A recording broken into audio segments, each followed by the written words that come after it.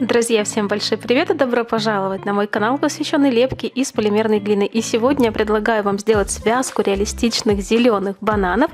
И делать мы их будем в виде вот такой бусины. Для того, чтобы сделать подобное украшение, нам понадобится глина зеленого цвета. Можно использовать полимерную глину артефакт кленово-зеленого цвета или зеленая хризантема. Я же смешиваю глину зеленого флуоресцентного цвета с классическим лимонным. Глину стоит хорошенечко размять, чтобы добиться однородного оттенка.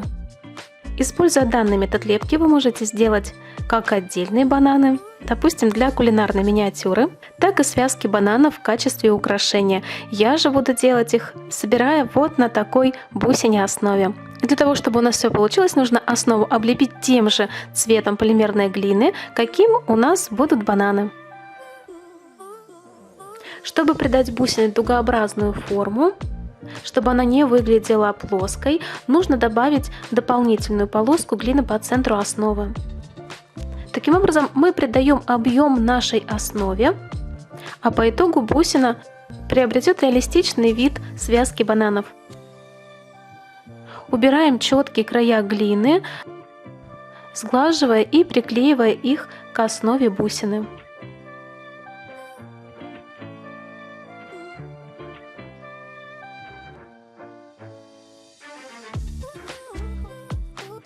Нарезаем глину на одинаковые маленькие срезы. Диаметр моей трости не более 1 см. И далее придаем форму каждому срезу, делая из них вот такие вот маленькие вытянутые бананчики.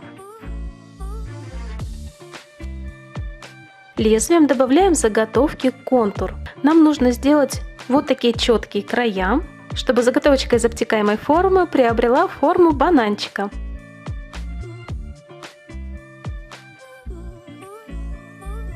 Далее снимаем с поверхности нашу заготовку, удлиняем ножку и немножечко заостряем кончик. Сделав необходимое количество бананов, можно приступать к их соединению на основе. Для того, чтобы закрепить бананы с основой, я использую термоклей, прохожусь им по всей поверхности заготовки.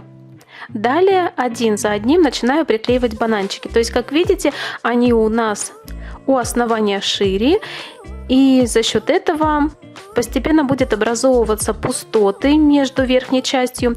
Поэтому я использую инструменты, в данном случае лезвие, и вот такой стоматологический инструмент, и как бы подтягиваю пластику с краев, прижимаю ее друг к другу, чтобы зазоры не были такими заметными и не было видно основы бусины. Получается, что форма банана у нас остается, но мы подтягиваем глину к краям друг к другу, плотненько ее прижимаем друг с другом, и это помогает при работе сохранить форму бусины, но визуально наши бананчики остаются правильной формы.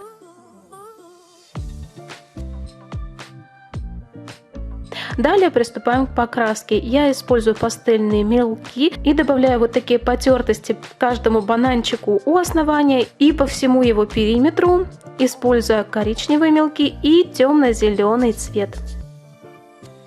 Отправляю получившуюся бусинку на стандартный обжиг в духовой шкаф. И после того, как она высохла, мне нужно придать бананчикам блеска и тем самым еще зафиксировать пастель на поверхности глины. Для этого я использую лак от компании Артефакт и прохожусь им в один слой по всем бананам. Все, вот такая вот банановая яркая бусина у нас с вами получилась. И я надеюсь, что это видео вам понравится, идея пригодится.